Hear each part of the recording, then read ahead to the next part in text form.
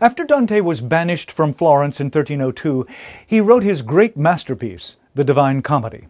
By writing it in Italian, the language of the people, he helped drag readers out of their slavish devotion to Latin. A Moment in Time with Dan Roberts.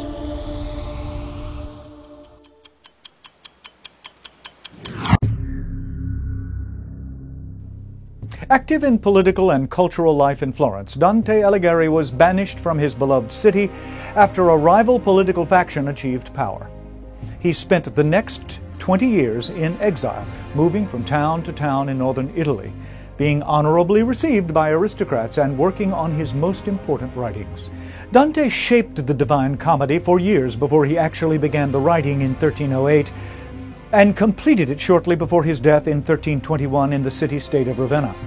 The work grew out of the poet's frustration and deep disappointment with the struggle for supremacy between, in his view, a too overtly political papacy and the Holy Roman Emperors. Dante was the first major poet to write in Italian rather than in Latin, which was traditionally the language of the Church. He hoped that Italians would take pride in such a work written in the vernacular, and this would help bring an end to the factional strife on the peninsula.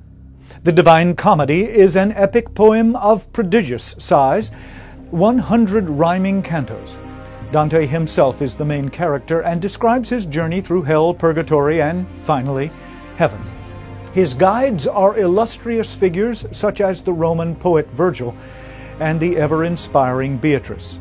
On the journey, Dante meets both mythological and historic figures. Dante created 4 levels of meaning in his poem: literal, allegorical, moral, and the anagogical, or mystical. He hoped to probe into questions about man's place in the worldly, spiritual, and religious order. Dante originally titled his epic poem Commedia, or Comedy, which in classical literature describes a work with an orderly and happy ending. Later, the Italian writer Boccaccio added the adjective divine, in part referencing Dante's religious themes, but also to pay tribute to the epic's poetic excellence and sheer beauty. At the University of Richmond, I'm Dan Roberts.